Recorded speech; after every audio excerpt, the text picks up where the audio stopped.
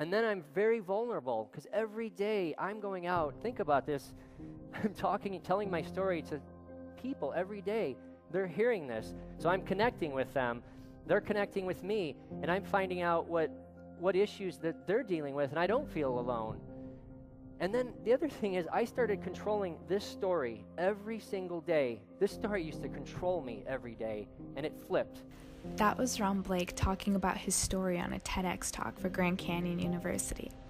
Ron Blake is one of our stakeholders and an activist who is giving hope to victims of PTSD and sexual assault in the Phoenix community by spreading an amazing amount of positivity throughout the country.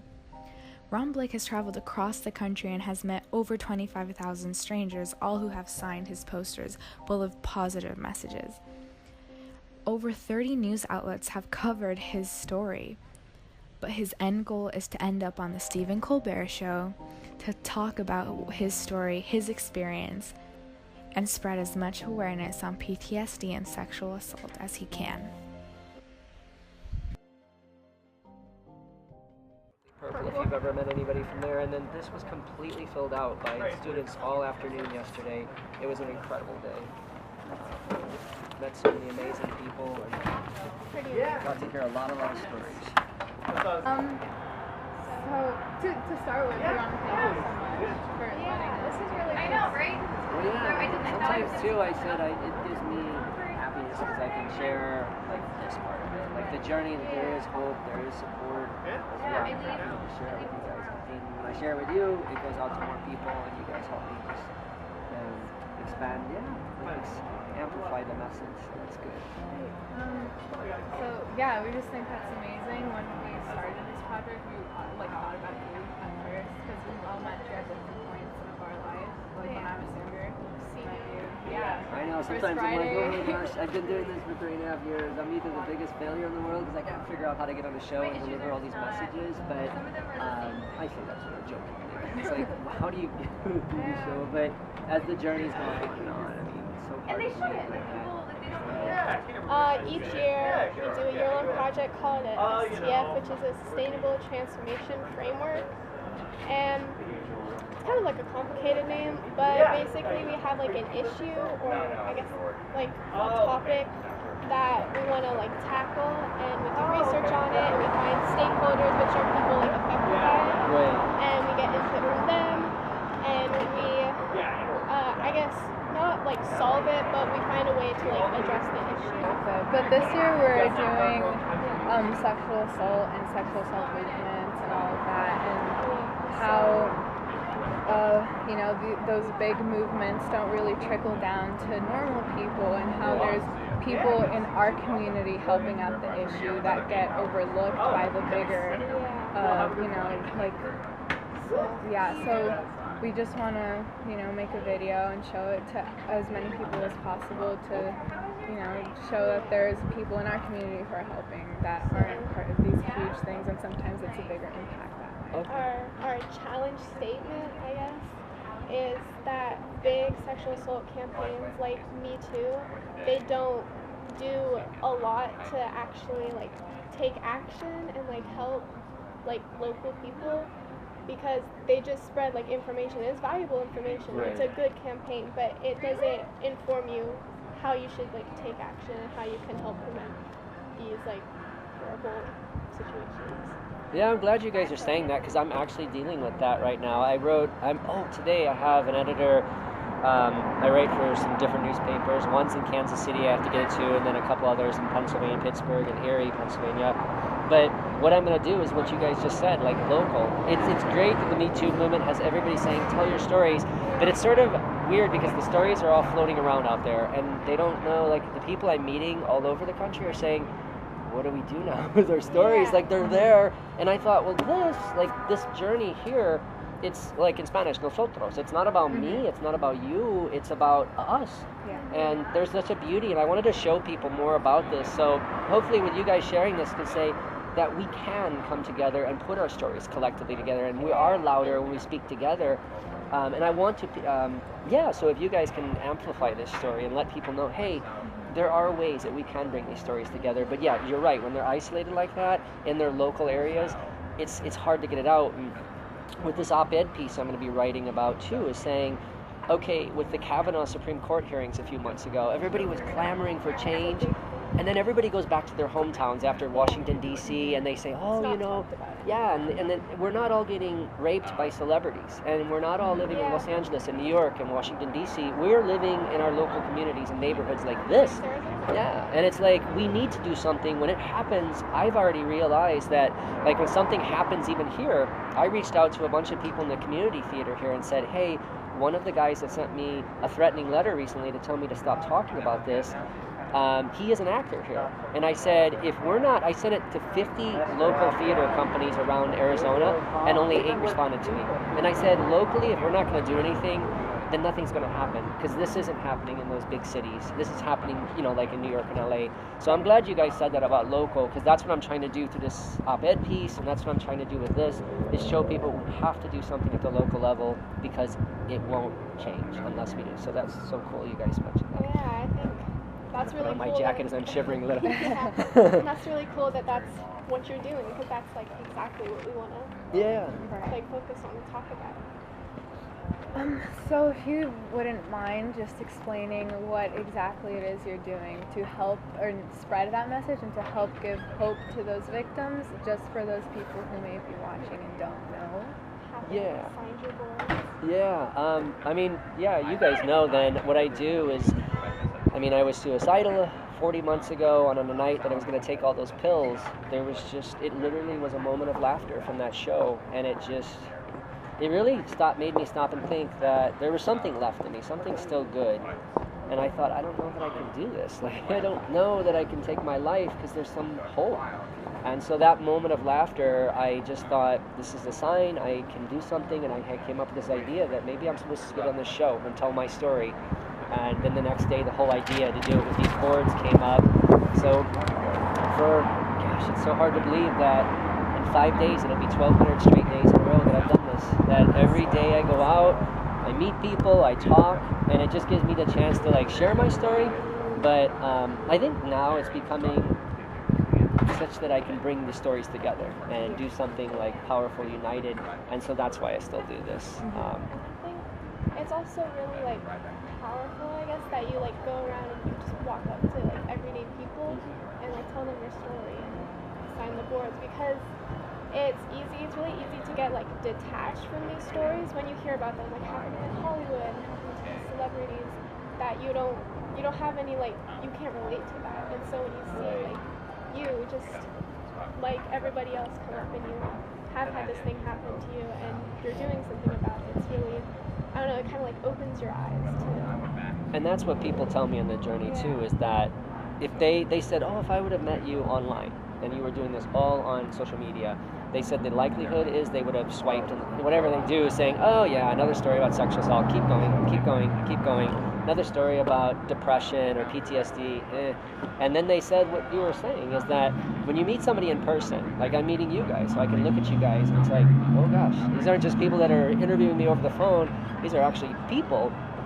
But yeah, there's a realness to it. And then when you meet people, you think, oh my gosh, like this is actually a real person, and I can see this person. And sometimes people, I talked about even touch, because people ask me, like yesterday a lot at the university, can I hug you, or can I fist bump you, or sometimes people say, can I touch you and pray for you? So there's a lot of physical too, where people, if it's social media, there's no touch. They can't hug you. Like, abrazos para ti, or abrazos para todos. Like, can I, like, hugs to all of you guys? Like, you cannot do that on social media. So there is such a personal aspect to this. And then, yeah, you're right. It's a human, people actually see a human face, and they're like, oh my gosh, like, that's what rape is. Like, I didn't, like, know that. And then hopefully, too, I can convey, I'm sort of like the person that can speak for almost 30,000 people, because every one of these people I met, like even you guys, like you've been impacted by sexual and domestic violence. If it hasn't been with you guys, it's been either somebody you know, or at least me, because now you've been impacted because you met me. And I think that's the beauty, too. Then you can take the message and you can go out and say, no, that's not what rape is all about, or that's not what sexual assault or domestic violence, because then you guys can go forth and tell the story. So again, it starts with one person, but then we all have to keep talking about it, and that's how it spreads. Yeah. So our next question would be, do you think there's any misunderstanding in what sexual assault is and what rape is? And do you think they're, like, as a society, we are just completely blinded to it, or it's treated as a taboo?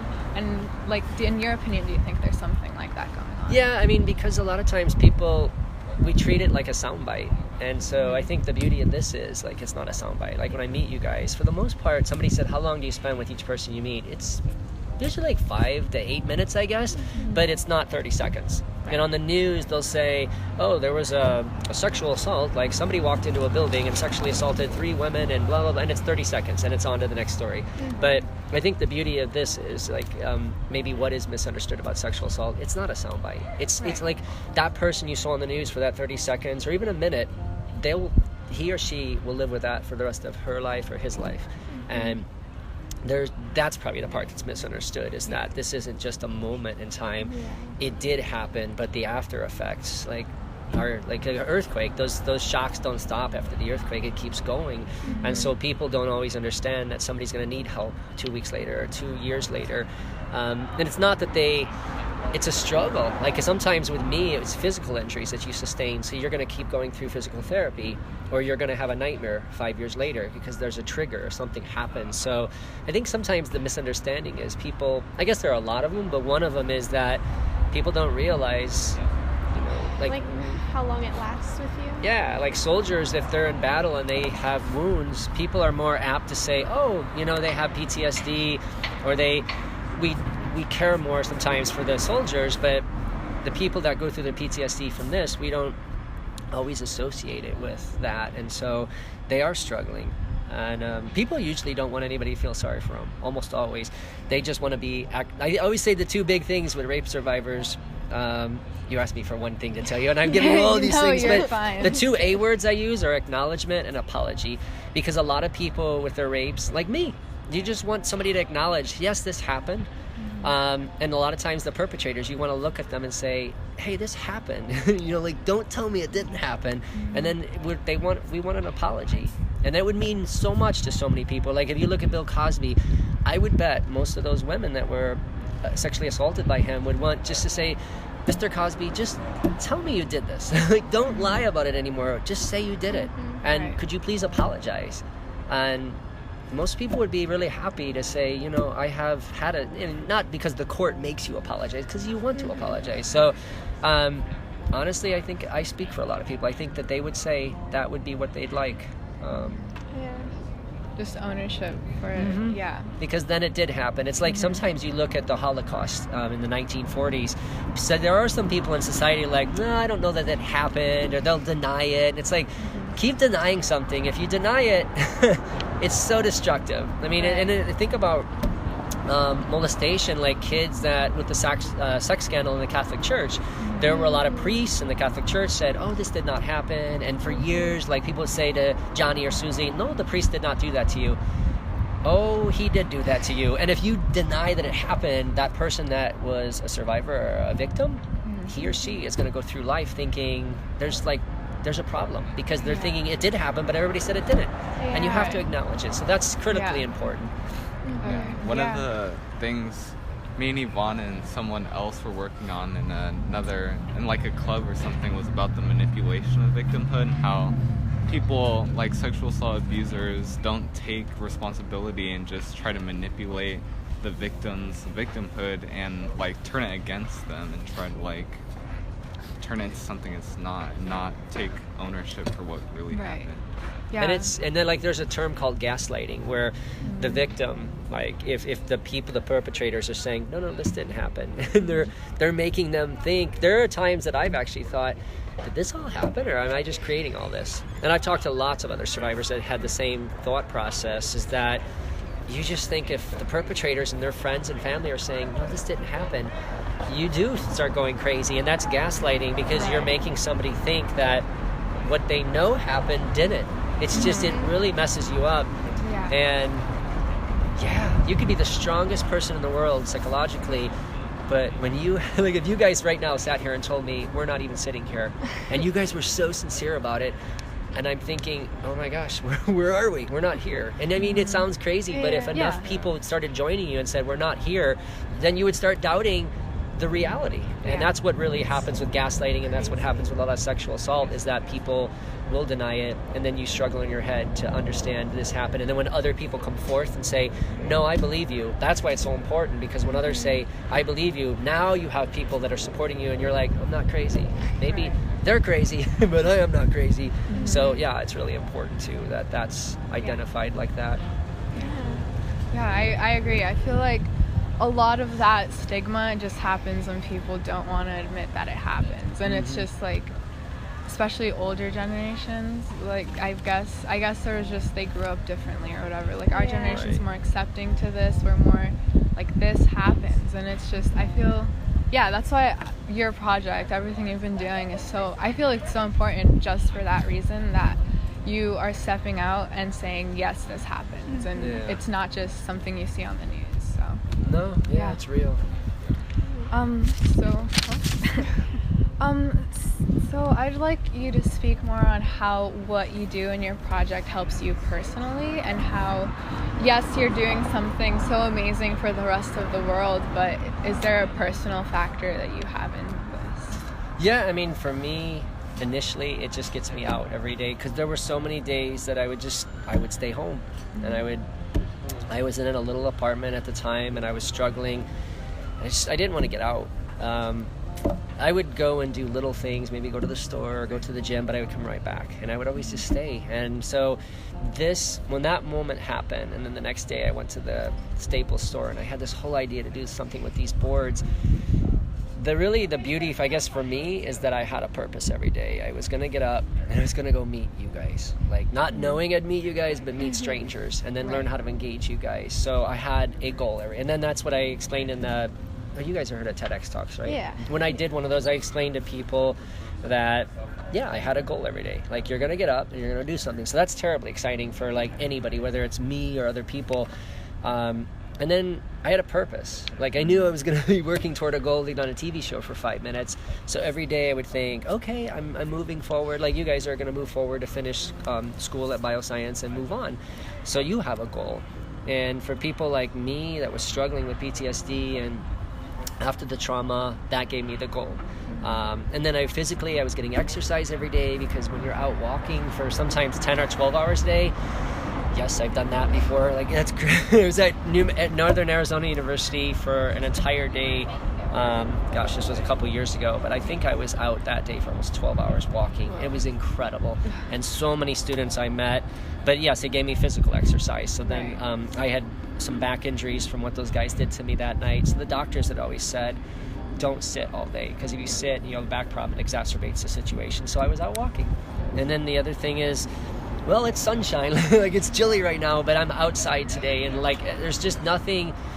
I don't know, talk to somebody that's been, and I've talked to people that have been in prison before for years, and they hardly had any time outside. They would get a little bit of allowance to go out, but they used to say to me when they got out of prison or jail, they just loved just knowing they were outside. And that, in some ways, I was in a prison in my home, and I would get out and walk. So each day I was just feeling this, hey, how are you? I was feeling this just alive again, just being out and being able to take in just being out and hearing birds and things going by. And it sounds so minor, but so many people don't do those kind of things. And then just psychologically knowing every day that I was meeting all these different people, and they were sharing back with me, and I was learning how to process the story. Because I used to say, well, I still say, that the story I felt was controlling me, and then as I went on this journey, I felt like I was taking control of the story, where I could tell. Because I think in the whole time I've been talking to you guys, I really haven't yet focused on that night. Like, I haven't been going over and over and over all the details of that night. And that's the beauty, is when I meet people, unless they specify they want to know about that night, I'll tell them. But for the most part, I'm talking about this, like the engagement with you guys and how we can move on. So hopefully, like, those are some of the things that give you an idea of how it's helped me. And then the TEDx talk, I wanted to share that because I thought if people can see that, then they can see what could potentially be helping them. And it really comes down to a lot of simplicity, because I'm simply meeting strangers.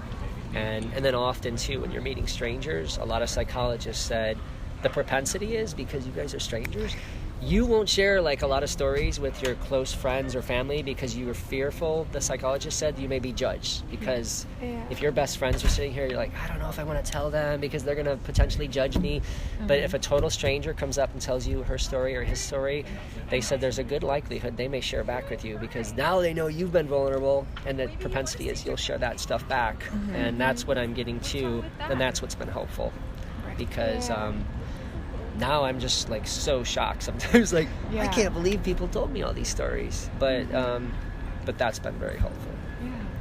I think I mean, that's amazing. There's something truly, I don't know, magical about the fact that strangers sometimes feel like you have a deeper connection with people near you.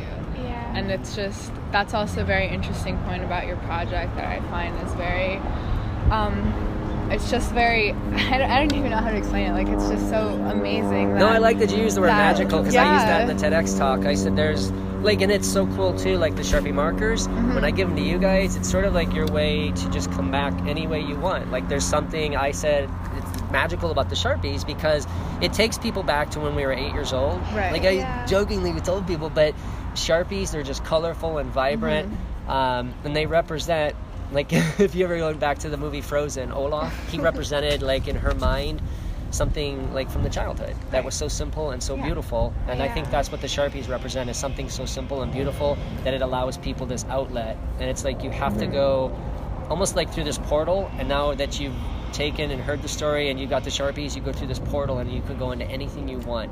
You can share, you can read what other people put, and I think that was what became magical and beautiful about the boards.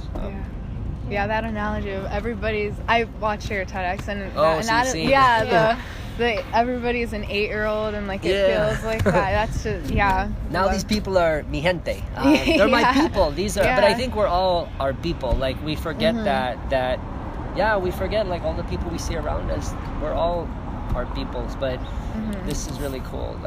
Because every day now I can look at this for the rest of my life and see how everybody has come together, not just for me, but collectively for us.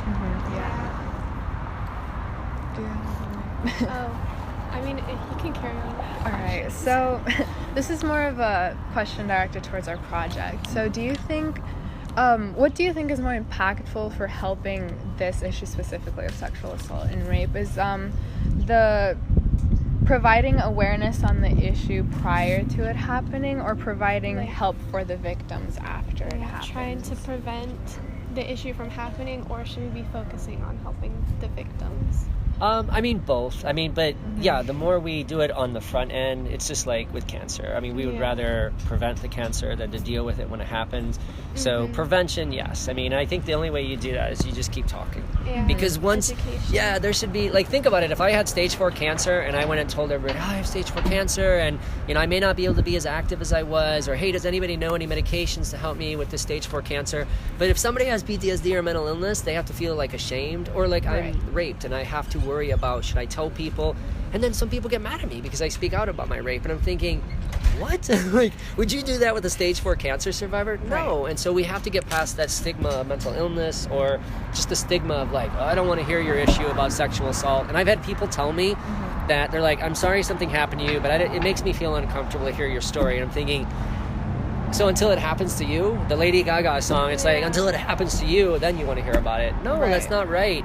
Because, you know, I just put a post on Facebook the other day and said Mahatma Gandhi said, you know, our society basically is only as good as our most vulnerable. So if we're going to look past and say, oh, I don't want to help the most vulnerable in our community, then what good are we? Like, you know, and that's what Gandhi had said. So I posted that on social media the other day, saying to people, you know, when this particular CEO I was telling you about, he threatened me if I continue to tell my story, because it impacts his company, because somebody involved in his company is involved in or connected to what happened to me. But if he shuts me down and other people in the company say, I don't want to hear about this, you're allowing all these people, not just me, but the people I represent, to have this message saying, you're vulnerable and we don't care about you. And that's not right. So we have to do the preventative, the before, to tell people, if we talk about this, there's going to be a good likelihood it's going to stop. Because the more you address the situation, it's like once you expose, they always say like cockroaches, when you turn on the light, they all scatter because they don't want to be in the light. And that's the thing, is like once something is exposed, there's less likelihood they're going to be around. They're going to be like those cockroaches and go on hide. And then definitely there are always going to probably be moments where rape is going to happen, or just domestic violence. So we always have to be cognizant that we have to protect people when they are, they have been through that trauma. And sometimes people don't know where to look for help. Is it still filming? Yeah. Well, that's good.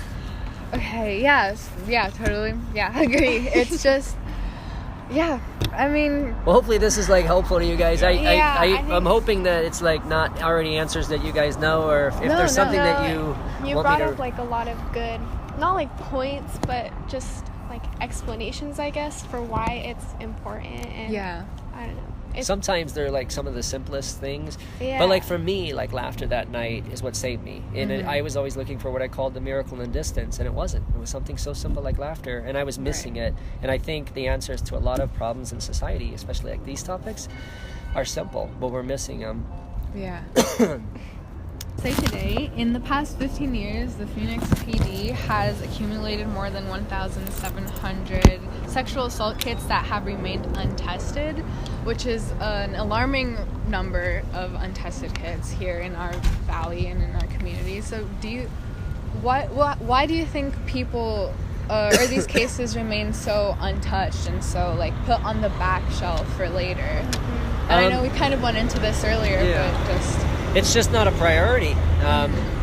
Excuse me. Yeah, in society, it's just, rape wasn't a priority. We would just move on to something else, and then it's so simple. I mean, people say, well, we don't have the money, we don't have the resources. Well, then get the resources. Because what happens is, again, it's like if you had stage 1 or 2 cancer, it's much easier to treat than when it's stage 4. And so if these rape kits are untested, and you let them go and go and go, well, perpetrators know that. They're going to know that, oh, they're not testing these rape kits, or I can continue doing this. So then a person that is a perpetrator in a sexual assault doesn't do it once. They do it 6 times on average. And that's according to RAINN, R-A-I-N-N. Yeah. They'll tell you the statistics. Yeah. So, yeah, I mean, when somebody knows things like that, there honestly are people that are pretty diabolical that they know. Or, for example, if somebody knows they go into a certain community, and let's say this certain community, a lot of people are undocumented, and somebody goes in and they rape people who are undocumented, well, they'll probably keep getting away with it, because I've met people in the journey when they are undocumented. They say, hey, my sister was raped, or I was raped, I don't have all my papers,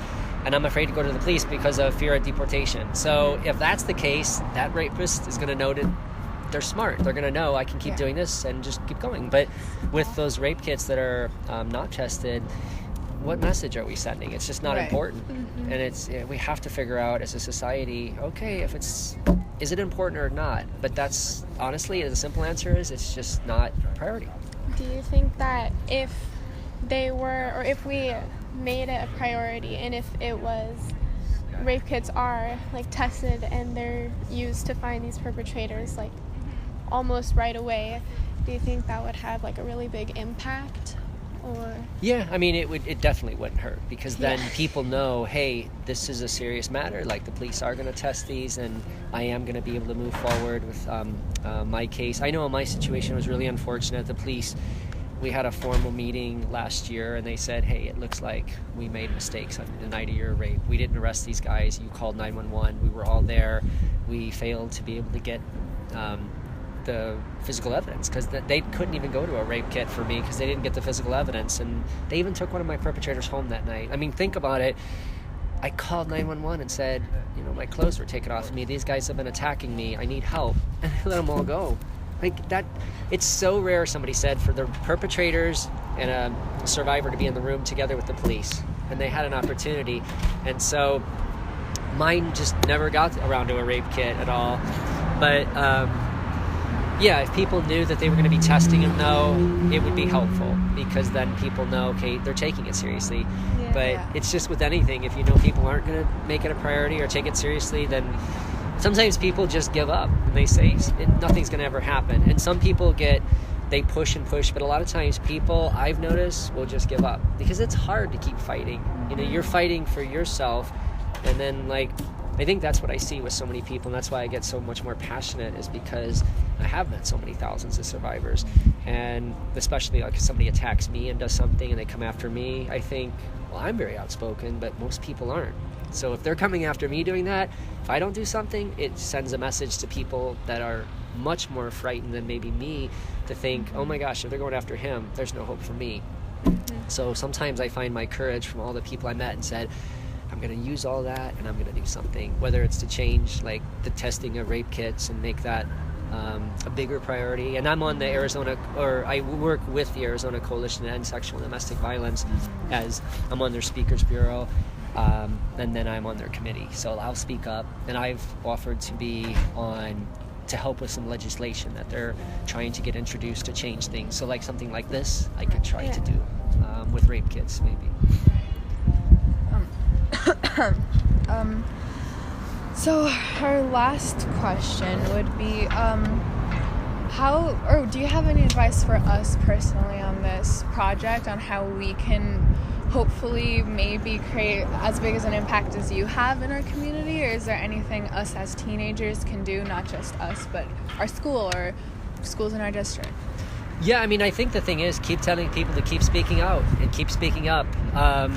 Because the more people that do that, it's sort of like, you're not in the darkness anymore. I forget one of the media organizations, one of their expressions is, give people the light and they'll find their own way. So if you like start shining a light, people will start finding their way to that light, saying, all right, I want to be here. And sort of that light is you guys speaking out and speaking up. And then people say, well, if they're doing it, and then instead of 3 people, now it's 6, and then it's 12. It gets really, in some ways, contagious. Like people are like, oh my gosh, I want to do this. Because look at after Christine Blasey Ford spoke at the Senate 4 or 5 months ago, they said the sexual assault coalitions around all the country, each state, I forget what percentage, it was way up. Like the people reporting that something was happening was incredibly, like the statistics showed, people were reporting like 30 or 40 or 50% higher than normal. So yeah, it is moments like that. You have to grab onto that, but we're not always going to have those Christine Blasey Ford moments. So that's when it's incumbent upon you guys or me to say, well, what are we going to do locally? Yeah. And then we can make that change. So it sounds so simplistic, but sometimes the simplest answers are the best, and they're the ones that we're often missing. You just have to stay vigilant and keep doing it, and then more people will start coming out. And that's what I started realizing. Like now, this started 1,195 days ago, and it was just the first person I met signed the board, and now just in a little bit it'll go over 28,000. So that's the beauty, that I wouldn't stop and I won't stop. And now I'm not alone. I feel like I have all you guys. So I'm talking so much. Yesterday I lost my voice yesterday at GCU, so I had to stop. And they were like, are you okay? I'm like, yeah, I probably shouldn't have been talking so much today, but that's all the people I met. So that was a big day. But no, and I appreciate like you guys taking the time to let me share with you, because like I said, sometimes when I share with you, then you take that story and you amplify it even more, and that's where it's powerful.